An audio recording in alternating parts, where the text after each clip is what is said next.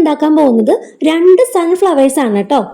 അപ്പൊ hello, welcome back to my channel. അതിനുവേണ്ടി yellow colour chart paper ആണ് കേട്ടോ എടുത്തിരിക്കുന്നത്.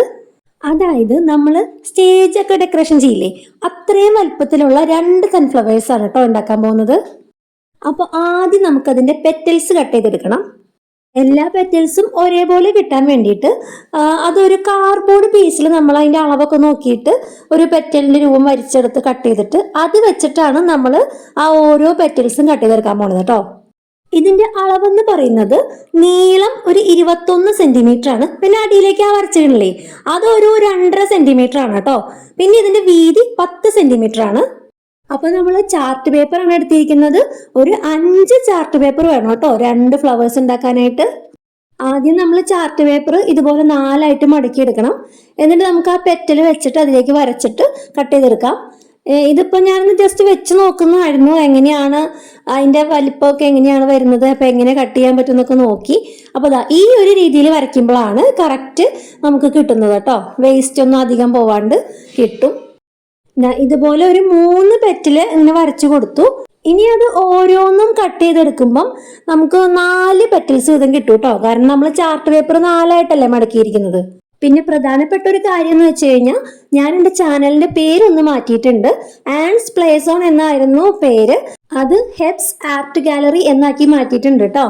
ആദ്യത്തെ നമ്മുടെ കണ്ടന്റ് ചലഞ്ച് അങ്ങനെയുള്ള കാര്യങ്ങളൊക്കെ ആയിരുന്നു. ഞാനത് ക്രാഫ്റ്റ് ആക്കി മാറ്റിയല്ലോ.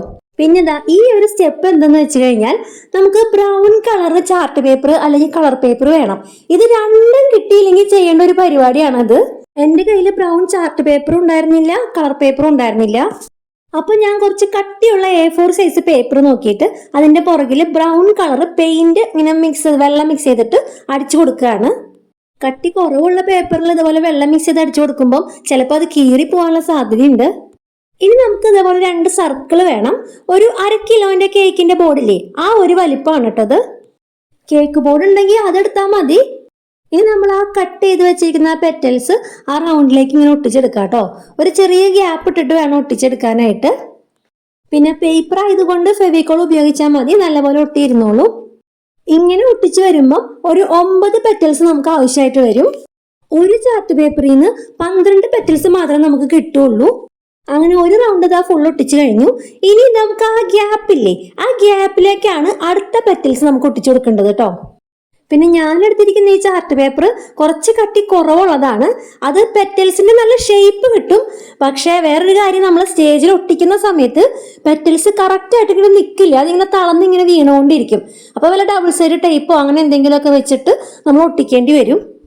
അങ്ങനെ 2ാമത്തെ സ്റ്റെപ്പ് നമ്മൾ ഒട്ടിച്ചു കഴിഞ്ഞു. ഇത് 3ാമത്തെ സ്റ്റെപ്പാണ്. അത് കുറച്ച് ഇതുപോലെ കയറ്റിയിട്ട് അതിന്റെ ഇടയിലായിട്ട് ഒട്ടിച്ചു കൊടുക്കാം. ഇത് നമ്മൾ നേരത്തെ പെയിന്റ് അടിച്ച് വെച്ചിരിക്കുന്ന ഷീറ്റാണ്. അത് 2 ആയിട്ട് മുറിച്ചിട്ട് ഇതുപോലെ പശ തേച്ചിട്ട് ഒന്ന് ചേർത്ത് ഒട്ടിച്ചു കൊടുക്കുക. അതിനുശേഷം ഇതുപോലെ 4 ആയിട്ട് മടക്കിയിട്ട് അതിന്റെ ആ മടക്ക് വരുന്ന ഭാഗം നോക്കിയിട്ട് ഇതുപോലെ ചെറിയ സ്ട്രിപ്പുകളായിട്ട് ഇങ്ങനെ കട്ട് ചെയ്ത് കൊടുക്കുക. അത് മുഴുവനായിട്ട് കട്ട് ചെയ്യരുത്, പകുതി വെച്ച് നിർത്തണം. ഇനി ഇതിൽ നേരെ ഇതുപോലെ അറ്റം വരെ പശ തേച്ച് കൊടുക്കുക. അത് കഴിഞ്ഞിട്ട് അത് ചുരുട്ടി ഇങ്ങനെ എടുക്കണം. ഞാൻ ബ്രൗൺ കളർ പെയിന്റ് വെള്ളം ചേർത്ത് ഇതുപോലെ ഷീറ്റിൽ അടിച്ചത് കൊണ്ട് ഒരു യെല്ലോ കളർ പോലെയാണ് വന്നത്. കറക്റ്റ് ബ്രൗൺ ആയില്ല. പിന്നെ ഞാൻ അടിച്ച പെയിന്റിന്റെ കളറും ഏകദേശം ഒരു ലൈറ്റ് ബ്രൗൺ ആയിരുന്നു. ഒരു പീസ് ഇതുപോലെ ഫുള്ള് ചുറ്റി എടുത്ത് കഴിയുമ്പോൾ അടുത്ത പീസ് നമുക്ക് അതിന്റെ ചേർത്തിട്ട് അതിന്റെ ചുറ്റും ഇതുപോലെ ഒട്ടിച്ചെടുക്കണം. അങ്ങനെ നമ്മളൊരു 10ഓ 12ഓ പീസ് അതിന്റെ വലിപ്പം അനുസരിച്ച് ഒട്ടിച്ചു കൊടുക്കാം കേട്ടോ.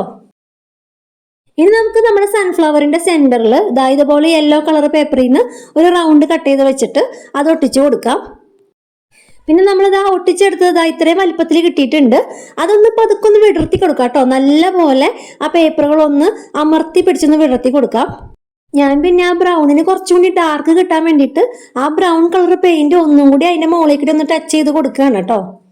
ഇതായിരുന്നു ആ പെയിന്റിന്റെ ഒറിജിനൽ കളറ്.